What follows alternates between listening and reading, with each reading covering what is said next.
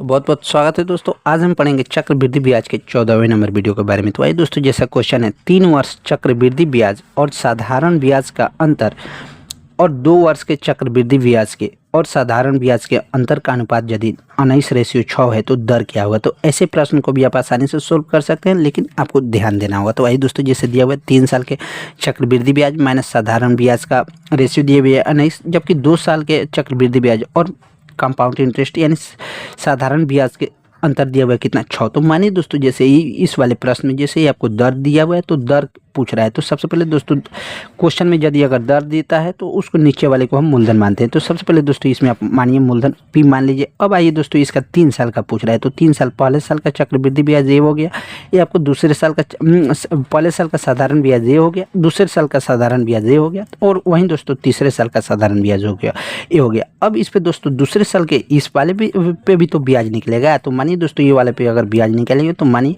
ए वाला ही, जैसे ये वाला आपको हो गया ब्याज, ए वाला ये आपको दूसरे साल का ब्याज हो गया ए, जबकि तीसरे साल का अगर निकालना तो फिर इस पे भी तो निकलेगा। तो ये आपको हो गया ए वाला और ए वाला आपको ए वाला हो जाएगा। इस तरह दोस्तों ये आपको हो गया, जैसे ए वाला आपको हो गया 1 2 3 साल, 3 साल का साधारण ब्याज जैसे हो गया 1 SI 2 SI 3 SI, आपको 3 साल का साधारण ब्याज हो गया। जबकि अगर साधारण ब्याज माइनस कंपाउंड साधारण ब्याज माइनस चक्रवृद्धि ब्याज के अगर पूछे तो ये आपको हो जाएगा 3 साल के चक्रवृद्धि ब्याज और साधारण ब्याज का जैसे, तो ये आपको 1 2 3, ये आपको 3 SI 3A प्लस B आपको 3 साल के चक्रवृद्धि ब्याज माइनस साधारण ब्याज के कंपाउंड इंटरेस्ट हो गया। जबकि ये आपको 2 साल के, तो 1 2, ये आपको 2 साल के चक्रवृद्धि ब्याज माइनस साधारण ब्याज का कितना ए आया है। तो इस तरह दोस्तों 3A प्लस B का अनुपात कितना दिया हुआ है 19:6, जो कि A बराबर मानिए 6 दिया हुआ है। तो 3A प्लस B बराबर कितना हो जाएगा 19। तो A बराबर 3 × 6 प्लस B, तो B बराबर कितना 19 जैसे दिया है, तो B बराबर 1 हो जाएगा। इस तरह दोस्तों जैसे 6 यहाँ इसका मान आया 6, तो इसको भी आप आसानी से सोल्व कर सकते हैं। तो 1/6 × 100